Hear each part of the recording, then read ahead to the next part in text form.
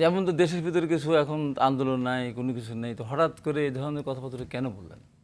যদি বাম অতি ডান তারা আমাকে উৎখাত করতে চায়, উৎখাত করে কাকে ক্ষমতা বসাবে সেটা নির্ধারণ করতে না পারার কারণেই উৎখাতটা করছেন। এই যে এটা তো এরকম আসে।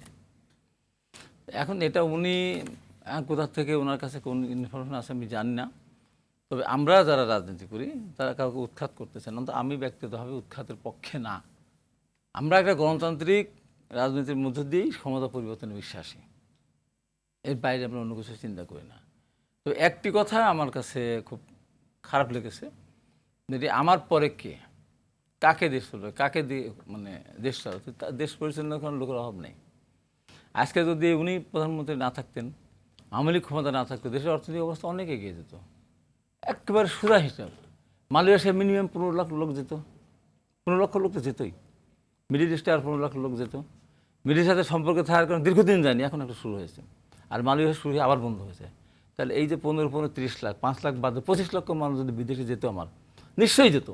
আওয়ামী লীগের ভুল পলিসি, G2G ফর্মুলার কারণে মালয়েশিয়া দীর্ঘদিন ঝুলেছিল, আর মিডিল ইস্টের সাথে সম্পর্ক খারাপ হওয়ার কারণে যায়নি। তো এই 25 লক্ষ লোক বাইরে থাকলে কত রেমিটেন্স আসতো, আর কিছু লাগে? আর এখন যে চুরিটা হচ্ছে, এটা সমুদ্রের চেয়ে মহাসমুদ্র চুরি হচ্ছে। আপনি দেখেন না যে একটা এই যে নাট বোল্ট যাকে বলে, তার দাম 1.5 লাখ টাকা।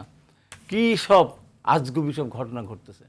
তো এখন উনি যদি মনেই করে থাকেন উনি ছাড়া লোক নাই, তাহলে ঠিক না।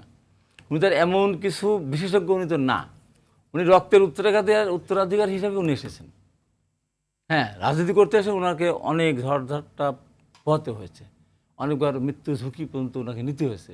কিন্তু তার মানে এই না যে ওনার বাইরে আর কেউ গেলে, মানে উনি না থাকলে বা আর কেউ যদি ক্ষমতার পদবিতে আসে তাহলে দেশ পরিচালনা করতে পারবে না, এমন কিছু নাই। একটা উদাহরণ দিয়ে শেষ করি। 1975 সালের 15 আগস্ট আওয়ামী লীগের ষড়যন্ত্রকারী খন্দকার মুস্তাক এবং আরও আদার্স ষড়যন্ত্রকারী দ্বারা যে দুর্ঘটনা ঘটল, ক্ষমতা দেশ শাসন আসলে সামরিক শাসন। পৃথিবীর ইতিহাসে কোথাও নেই সামরিক শাসন জারি হওয়ার পার্লামেন্ট থাকে। সেই পার্লামেন্টের সদস্য হয়ে থাকা অবস্থায় খন্দকার মুস্তাক তাদের দলের নেতা থাকার অবস্থায়, প্রেসিডেন্ট থাকা অবস্থায় ইন্ডেমনিটি দিল। দেখেন, তারপর যদি খন্দকার মুস্তাক যদি ক্ষমতা থেকেই যেত, তাহলে জিয়া রহমান আসার কোনো সুযোগ ছিল না। সেনাপ্রধান ছিলেন জিয়া রহমান, যেহেতু আগে ডিউটি চিফ অফ স্টাফ ছিলেন, জেনারেল শফিউল্লাহ চাকরিতে চলে যাওয়ার পরে উনি দায়িত্বে এসেছিলেন। তাহলে কী হতো, কন্টিনিউ করতো।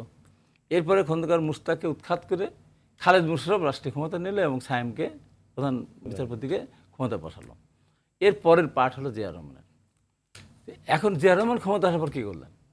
উনি তো সামরিক বাহিনীর লোক, কিন্তু রাজনীতি করতেন না। দেখেন, আওয়ামী লীগ 3.5 বছর রাষ্ট্রীয় ক্ষমতা ছিল।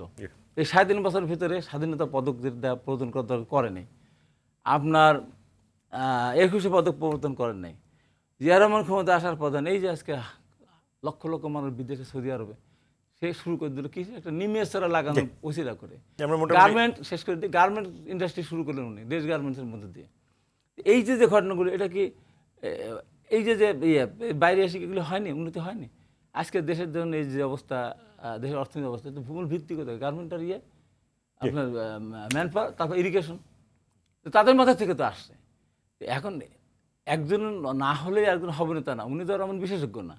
হ্যাঁ, ক্ষমতা আসছেন। এখন আজকে যে পলিসিগুলি হচ্ছে, আমি তো ধরুন এমন কোনো মেধাবী কোনো মানুষ না, আমিও তো বুঝি এই দেশটাকে পরিচালনা করতে গেলে পরে কয়েকটা মানুষ, বেশি মানুষ লাগবে না, 10টা মানুষ যদি সৎ হয়, আর সেই 10টা মানুষ যদি মিনিমাম বুদ্ধি থাকে, দেশটাকে অনেক দূরে এগিয়ে